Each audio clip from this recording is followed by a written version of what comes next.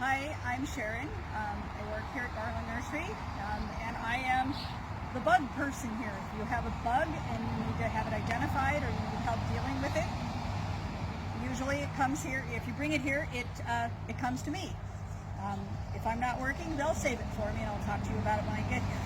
Now, in the video earlier, you may have noticed that I have in my hand, a little cucumber beetle. He has little stripes. He's very tiny. We're talking today about how to deal with them. They are a real pest on cucumbers, pumpkins, squash, anything in that family. They will eat the leaves, but worse than that, they will eat the stem right around the base of the plant and damage the stem and kill the whole plant if they're left unchecked. There's also another cucumber beetle. I couldn't find those. It's a little bit early in the year with as rainy as it's been. I haven't seen them yet, but it's called 12-spotted cucumber beetle. A lot of people confuse them for ladybugs. They're green and they have 12 spots on their back. They're not a ladybug, and they are not a nice guy. You don't want those. They will chew holes in most of your vegetables.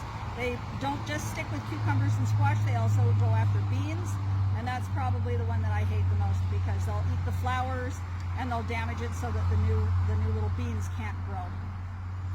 Cucumber beetles are a chewing insect, and we have a couple of products to deal with them. We have this product, this is Captain Jack's, that is supposed to be good for chewing insects. It is good for every chewing insect I know of except cucumber beetles. I brought this out here because if you have this in your cupboard and you're dealing with cucumber beetles, this is not going to work. You'll have to go with a different one.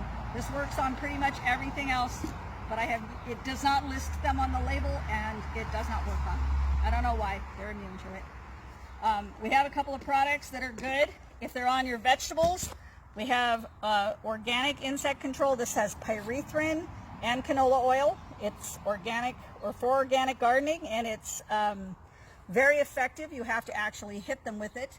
It doesn't have a very long-lasting effect, but it will kill them if you hit them with it. It has a very fast-acting nerve toxin, and they won't survive. The other product we have that works really well on them is it's a permethrin. It's called lambda cyhalothrin. It works very well. It's called 8 insect control from Bonite. It works very well. This also works best if you hit them, but it does have a lasting effect. They can come back and chew on your plant later and pick up some of this and die. So it will have a lasting effect for several weeks afterwards. I don't know. You can use this on vegetables, but I would read the label and make sure you're not spraying it right before you harvest. The other thing you can do just a control on your own. You can go out with a little cup of soapy water and just hold early in the morning when they're not active and hold the cup underneath them and just poke them up, touch them, and they will drop off of the leaf into the cup, and so they'll drown in the cup of water.